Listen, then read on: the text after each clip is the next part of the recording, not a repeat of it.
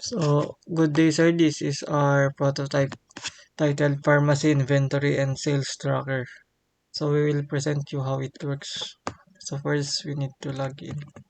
And we use CAPTCHA for our security to determine po if it's human or a bot. Saka lang po lalabas yung image-based na CAPTCHA pag suspicious po yung browser like naka-incognito or naka-VPN. We will try it po, I will show it to you. So, nalagin na po siya. So, let's try naman po sa pag naka-incognito.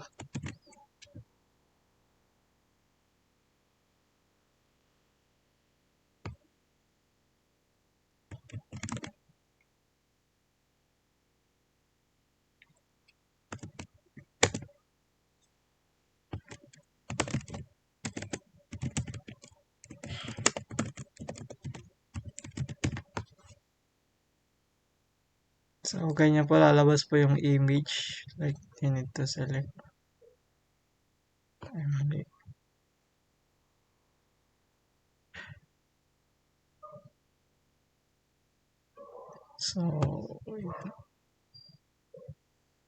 So, this is the feature po ng systems which is product. Dito po tayo mag-update and magde-delete ng mga medicine.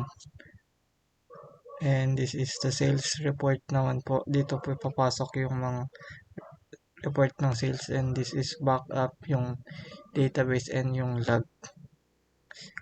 Like yung login time, logout time, and then number of transaction, number of meds edited, numbers of meds deleted, and numbers of med added.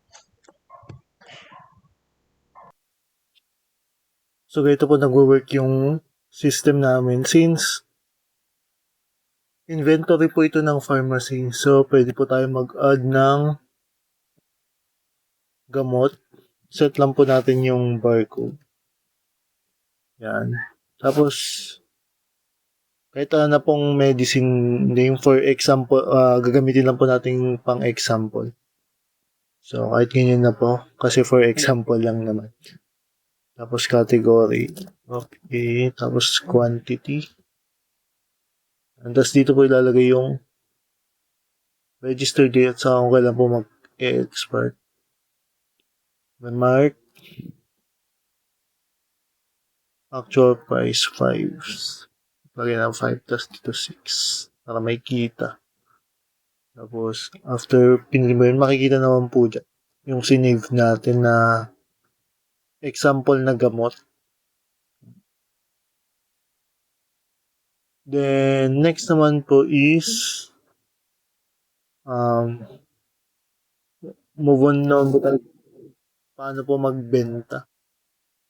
So, kukuha na lang po ako dito ng code.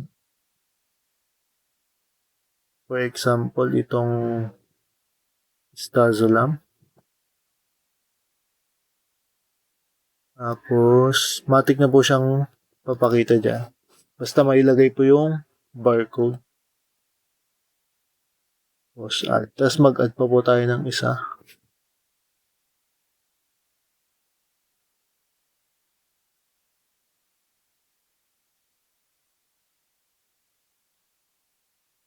One. Tapos, proceed. Magkano po yung pera nung bibili?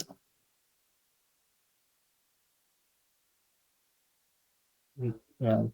Matik na po siyang nagko-compute. Kung magkano yung barya, papakita na po dyan. Sa kung magkano po yung binayad. Tapos, pidutin lang po natin yung submit, and after po nun, magpapakita siya sa sales report. Papakita po siya. So, bali po tong sales report is kino-compute niya yung napagbentahon po ngayong araw. So, ito po yung mga na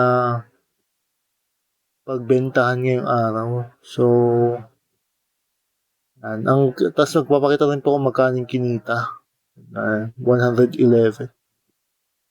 So, yun.